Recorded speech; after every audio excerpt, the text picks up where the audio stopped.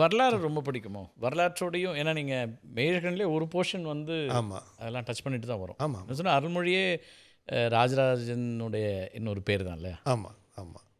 அது வரலாறு பிடிச்ச ஒரு விஷயமா இருந்ததா சப்ஜெக்ட் உங்களுக்கு? அதுக்கு சோழ தேசத்துலேருந்து வரலாறு பிடிக்காம இருக்க முடியாது. கண்டிப்பா. இருந்தாலும் அதான் அதோடைய ஊற்று வந்து பெருவுடையார் கோயில். ஆ. ஸோ அதுலேருந்து தான் எனக்கு அது தொடங்குச்சு. ஏன்னா அது சின்ன வயசுலேருந்து போயிட்டுருக்குறோம். அதாவது எல்கேஜிலேருந்து போயிட்டுருக்கிறேன்.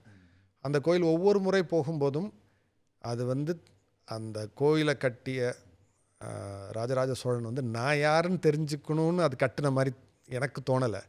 நீ யாருன்னு நீ தெரிஞ்சுக்கணும், ஒவ்வொரு தலைமுறையும் தெரிஞ்சுக்கணும், ஒவ்வொருத்தனும் தெரிஞ்சுக்கணும்னு அது கட்டி வச்ச மாதிரி தான் எனக்கு அது தோணும். ஏன்னா வரலாறுங்கிறது அதுக்கு முன்னாடியும் இருந்திருக்கு, அதுக்கு அப்புறம் வர்றதுலேயும் அது இருந்திருக்கு. அதை மறந்துடக்கூடாது. ஏன்னா அதோடைய மிச்சம் தானே நம்ம. வரலாறுங்கிறது ரொம்ப ஒரு ட்ரிக்கியான விஷயம். அதை யாராவது எங்கேயாவது திரிச்சிட்டாங்கன்னாலும் ஆமாம், எல்லாம் தப்பாக போயிடும். அதனால் இந்த உண்மை வரலாறை தேடுறது அதில் மேலே ஒரு எப்பவுமே ஒரு பெரிய ஒரு நாட்டம். ஈழம் குறித்து ஜல்லிக்கட்டு வரைக்கும்லாம் நீங்கள் மேயகனில் ஹேண்டில் பண்ணியிருந்தீங்க. அது எல்லாமே இந்த வரலாறு அல்லது மொழி, கலாச்சாரம், பண்பாடு அதனுடைய தேடல் அப்படின்னு அதை பார்க்கலாமா? உங்களுக்கு இருந்த தேடலில் தான் இதெல்லாம் வருதா அந்த இடம்? கண்டிப்பாக எனக்கு அந்த உண்மையை நோக்கின தேடல் வந்து எப்போவுமே உண்டு. ஏன்னா இப்போ தான் இந்த காலகட்டம் வந்து எப்படின்னா உண்மையும் வருது, திரிக்கப்பட்ட உண்மையும் வருது, பொய்யும் வருது. ஸோ இதில் வந்து உண்மை நின்றுச்சுன்னா எனக்கு பிரச்சனை இல்லை. ஏன்னா அந்த பொய்ங்கிறது எப்போவுமே இருக்கும், அந்த திருச்சி சொல்கிறதுங்கிறது இருக்கும், அது மேனிப்புலேஷன் இருந்துட்டு தான் இருக்கும். ஆனால் இப்போ இந்த அடுத்த ஒரு 10 வருஷத்தில் உண்மை வந்து நிரந்தரமாக காணா போகிறதுக்கான ஒரு சாத்தியம் வந்து இருக்குது. இந்த ஆபத்தை நம்ம பார்க்காம விட்டுறக்கூடாதுங்கிறது தோணுது. அதனால தான் அதை பற்றி பேசுகிறவங்க, அதை பற்றி நான் தெரிஞ்சுக்கிட்டது எல்லாத்தையுமே ஒரு பதிவாக போட்டுக்கிட்டே இருப்பேன் நான். ஏன்னா அதை நம்ம சமூகம் அதை நோக்கி போயிட்டுருக்கு.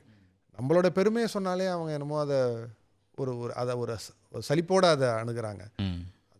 அது பேராபத்து. அது நம்ம மக்களுக்கு ஒரு நம்ம என்ன சொல்கிறது, நம்மளுடைய எல்லையிலேருந்து ஒரு 30 கிலோமீட்டர் நடந்ததில் நம்மளால் ஒன்றுமே பண்ண முடியலையே, அவ்வளோ பலகீனமாக தானே இருக்கிறோம்.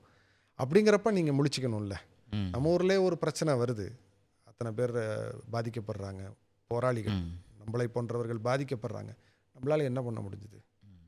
ஒன்றுமே பண்ண முடியல. அந்த ஒற்றுமையை நம்மளால் இது பண்ண முடியாது. ஜல்லிக்கட்டுங்கிற ஒரு விஷயத்தில் நம்ம காமிச்சிட்டோம், அது தொடர்ச்சியாக இருக்கணும்ல. நம்ம பெருமை நமக்கு தெரிஞ்சால் தானே அதை பண்ண முடியும். ஈழ போர், இறுதி போருங்கிறதெல்லாம் அவங்கள ரொம்ப பாதிச்சிருக்கு. அப்படி தான் ரொம்ப ரொம்ப பாதிச்சு, ரொம்ப பாதிச்சு. ஏன்னா அந்த காட்சி அமைப்புகள் அதிலிருந்தே நம்ம வந்து இதை உணர முடிஞ்சுது. அது ஒரு தனிப்பட்ட தோல்வியாகவும் நினைக்கிறேன், இந்த இனத்தோட தோல்வியாகவும் நான் நினைக்கிறேன். அது என்றைக்கோ ஒரு நாள் அதுலேருந்து மீண்டு வருவோங்கிற நம்பிக்கையும் எனக்கு உண்டு.